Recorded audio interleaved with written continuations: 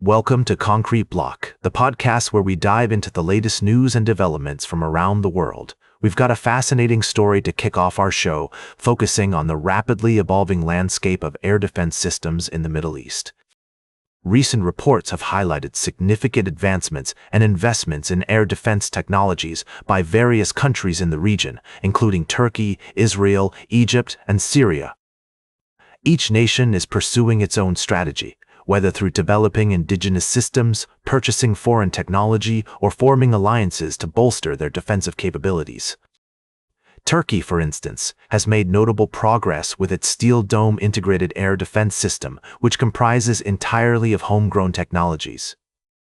This development not only enhances Turkey's national security, but also positions it as a potential exporter of advanced air defense solutions to other countries, such as Indonesia and Bangladesh. Meanwhile, Israel's sophisticated air defense system has been put to the test during recent conflicts, successfully intercepting hundreds of ballistic missiles. The country's Arrow 3 interceptor missiles and the U.S.-supplied Terminal High Altitude Area Defense (THAAD) systems have proven effective in countering aerial threats. Despite the depletion of some interceptor stocks, Israel remains committed to fulfilling its export contracts, including significant deals with European nations.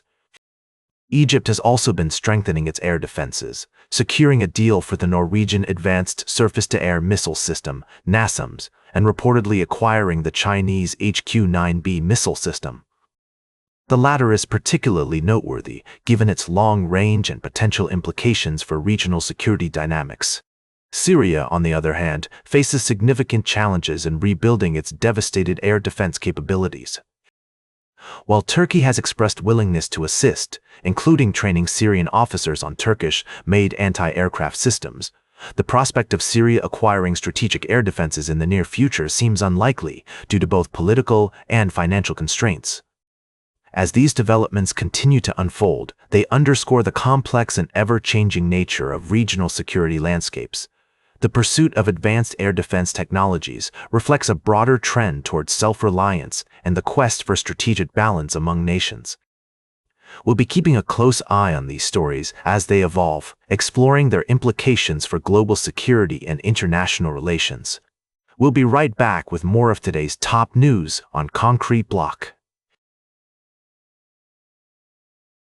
Welcome back to Concrete Block. We're diving into the world of international trade and diplomacy, where a recent meeting between U.S. President Donald Trump and Chinese President Xi Jinping has yielded a trade truce. The agreement aims to ease tensions between the two nations, with a particular focus on rare earth minerals. According to reports, the truce will delay China's newest export controls on these critical materials for a year. However, it remains unclear whether Beijing will allow defense-related shipments to the U.S. The rare earth industry has been closely watching the developments, with some stocks experiencing a decline following the announcement. President Trump has touted the meeting as an amazing success, stating that the tariff rate on Chinese exports will be lowered immediately. He also expressed optimism about the rare earth situation, saying, "There is no roadblock at all on rare earth. Hopefully, that will disappear from our vocabulary for a little while." While the agreement has been seen as a positive step towards resolving the trade dispute, many questions still linger. The U.S. has been actively seeking alternative sources of rare earth minerals, and has even taken a 10% stake in a Canadian mining company with projects in Alaska. As the situation continues to unfold, it's essential to consider the potential implications for both countries and the global economy. We'll be keeping a close eye on developments and providing updates as more information becomes available. Welcome back to Concrete Block. As we wrap up today's show, we're going to dive into a developing story that's been making headlines around the world. The United Nations Human Rights Chief, Volker Turk, has condemned U.S. military strikes on vessels allegedly carrying drugs in the Caribbean and Pacific, saying these lethal attacks violate international law and amount to extrajudicial killing. According to reports, over 60 people have been killed in these U.S. strikes since early September. The U.S. has defended its actions, with President Donald Trump stating that the strikes are necessary to stem the flow of drugs into the U.S. However, Turk argues that countering drug trafficking is a law enforcement matter, governed by careful limits on lethal force set out in international human rights law.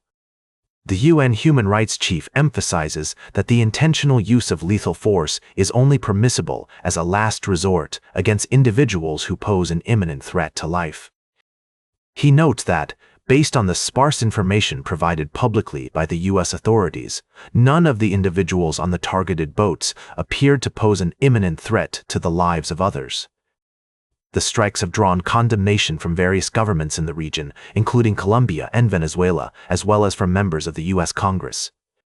Mexican President Claudia Sheinbaum has expressed disagreement with these attacks, calling for meetings with the U.S. ambassador to ensure that all international treaties are respected. As the situation continues to unfold, it's essential to consider the complexities of this issue and the potential implications of such actions on international relations and global security. The debate surrounding the legality and effectiveness of these strikes is likely to continue, with many questioning whether they truly address the root causes of drug trafficking. That's all for today's Concrete Block. Remember to like, share, and subscribe, and until next time, stay informed.